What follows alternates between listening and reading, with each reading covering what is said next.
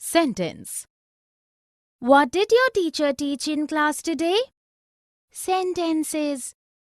Can you make a sentence using the word ball? Buy a ball, Renu. No, that sentence is not correct. The correct sentence is Renu buys a ball. Why? Words grouped together can be called a sentence only when they are placed in the right order, present a complete thought and make complete sense. Definition. A group of words which makes complete sense is called a sentence. A sentence expresses a complete thought and is the basic unit of any language. Sentences in English make statements, ask questions, express requests or commands, suggestions and exclamations. Let us look at some rules of sentence formation in English. The first letter of any new sentence is always capital. She went to the doctor. The doctor was not in his clinic. There is always a punctuation mark at the end of a sentence. I'm going to school. A sentence has at least a subject and a verb. Rashmi laughed. Subject Rashmi. Verb laughed. Subject plus verb plus object is the basic word order in a sentence. He hit the ball. He subject, hit verb, object the ball. A sentence must present complete thought that can stand alone. She called the police. There must be subject-verb agreement in a sentence. Those children go to school by bus. Plural subject children takes the plural verb go. What is a sentence? Look at the animals in the zoo and tell me something about them. I likes rabbits. The correct sentence is I like rabbits. Monkeys bananas. That is not a complete sentence, since it does not make sense. A sentence must contain a verb. The correct sentence is monkeys are eating bananas. Definition. A group of words presenting a complete idea which makes complete sense is called a sentence. Let us look at some sentence structures. If a sentence has one statement presenting one complete idea, it is a simple sentence. The day was very hot. If a sentence has more than one statement presenting more than one thought and both the statements can stand alone as separate sentences, then the sentence is compound sentence. The day was very hot, so we cancelled our picnic. Here, the day was very hot and we cancelled our picnic can both stand alone, separately, as independent sentences, each one expressing a complete thought, joined together by conjunction so. If a sentence contains two statements, each presenting a different thought, but only one of these statements can stand alone separately as an independent sentence, it is called a complex sentence. If it is a hot day, we will cancel our picnic.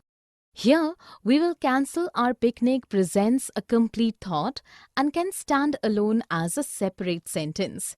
But the second thought, if it is a hot day, cannot stand separately as an independent sentence.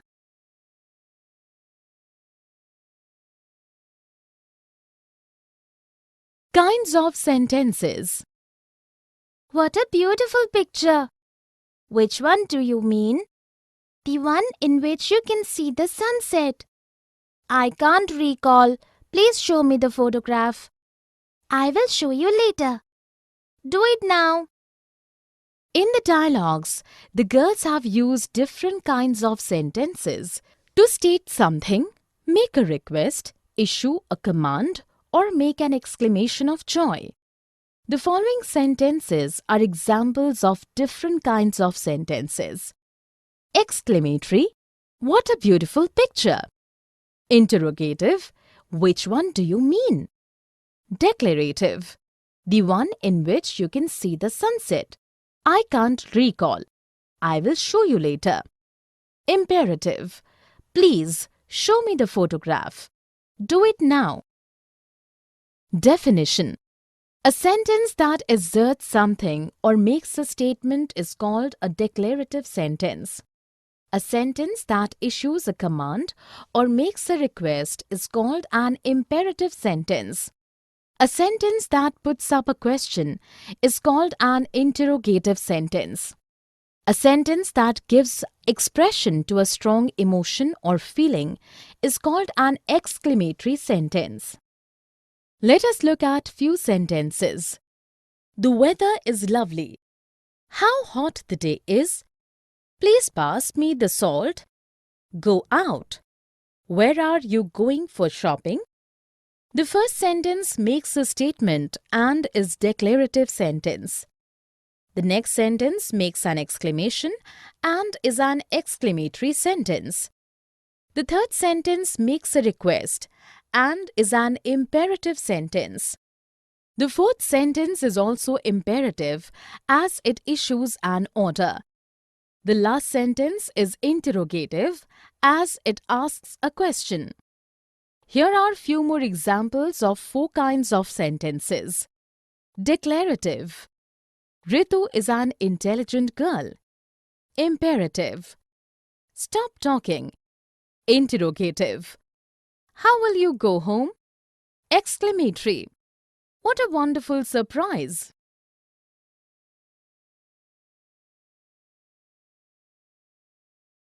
The imperative. Stop shouting immediately. Ma'am, Rohan has taken my pencil box. Rohan, give back the box at once. Ma'am, I don't have the box. Both of you get out of the class. Please don't send me out of the class. It is not my mistake. In the dialogues, the teacher and the boys have used sentences that makes a request and give commands. These are examples of such sentences. Stop shouting immediately. Rohan, give back the box at once. Both of you get out of the class. Please don't send me out of the class. Definition.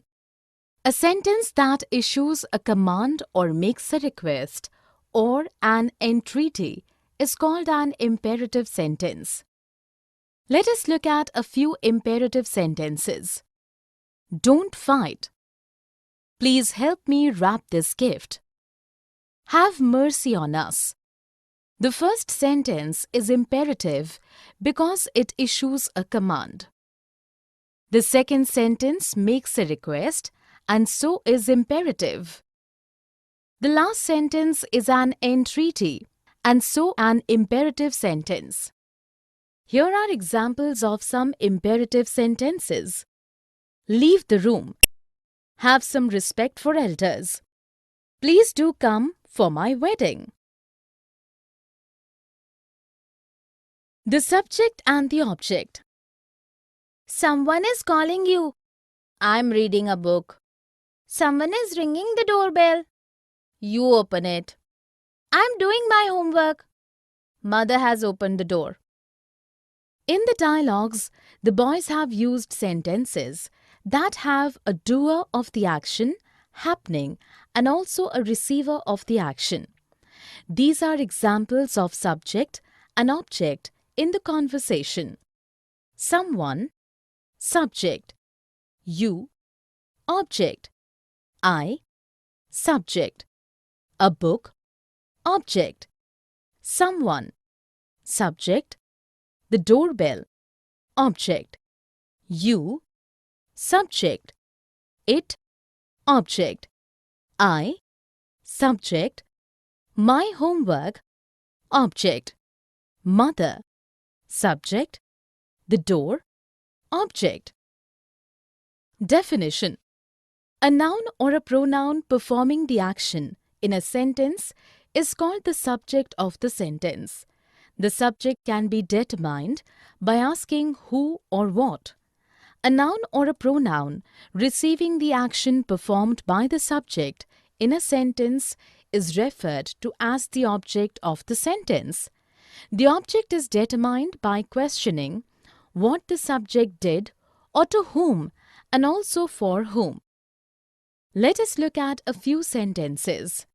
Simi picked up the bag. Jay warned him. Manu hit the ball.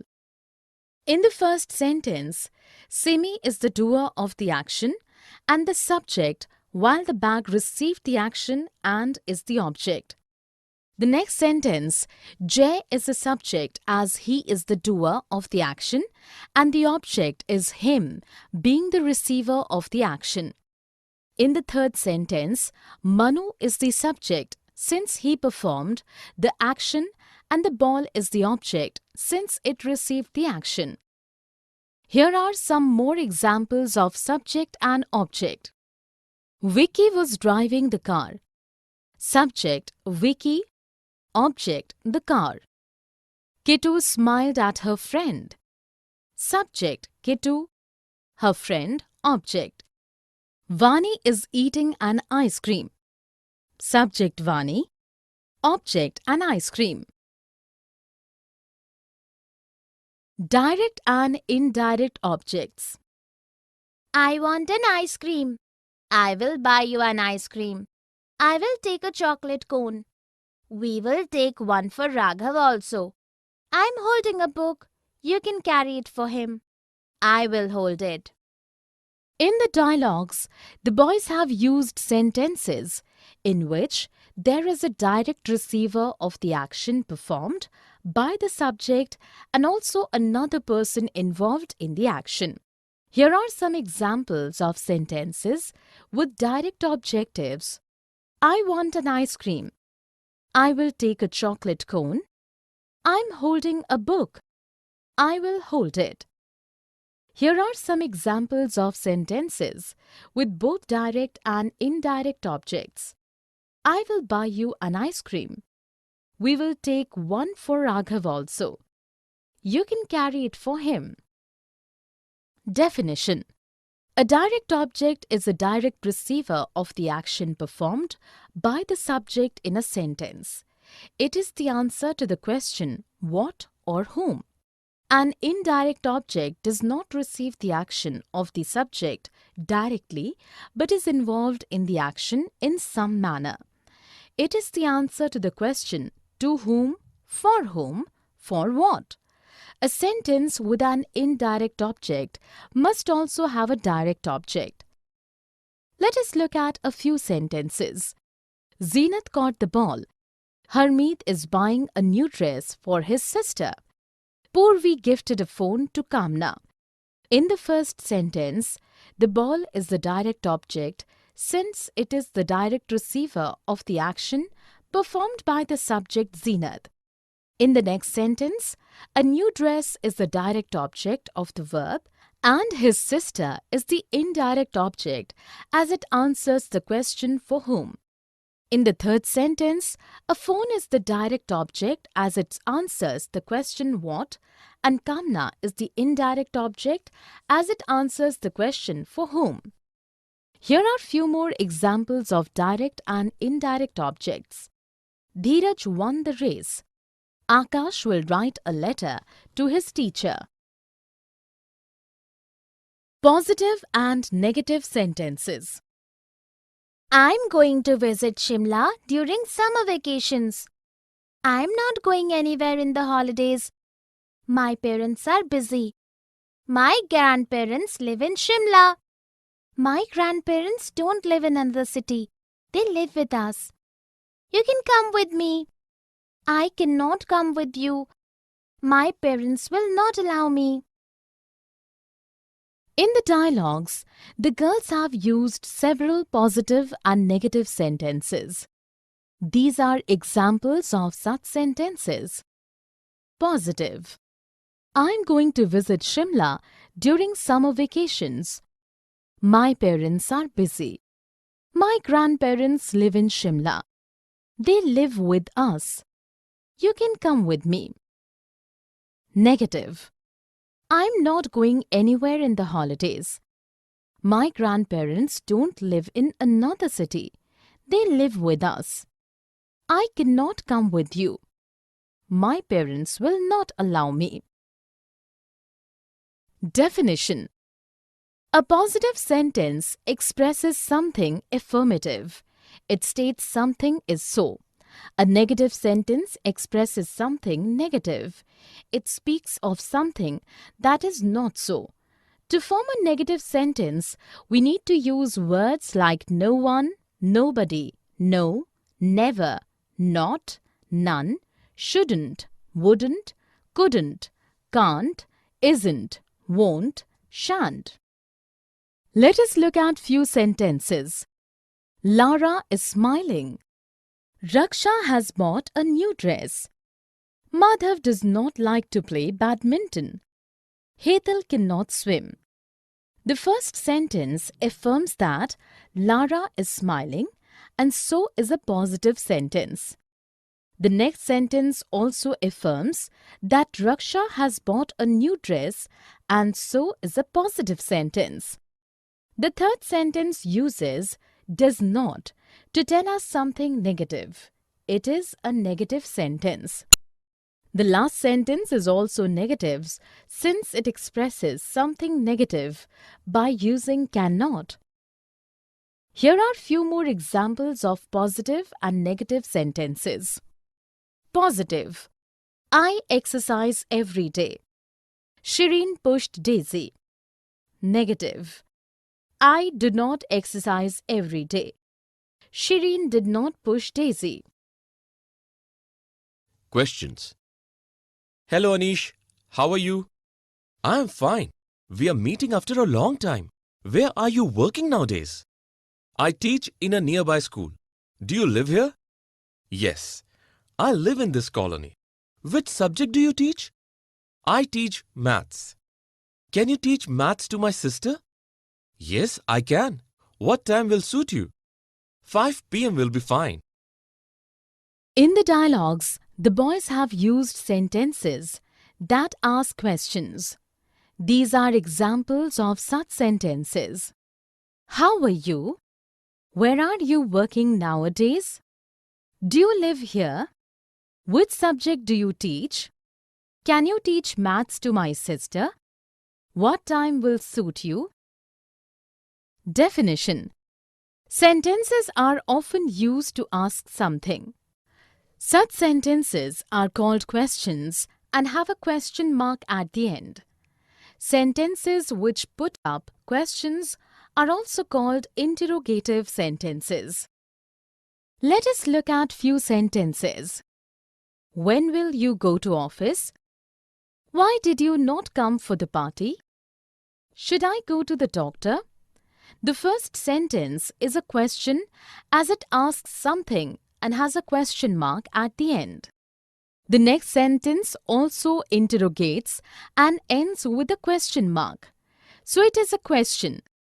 The third sentence also is a question as it demands an answer and has a question mark at the end.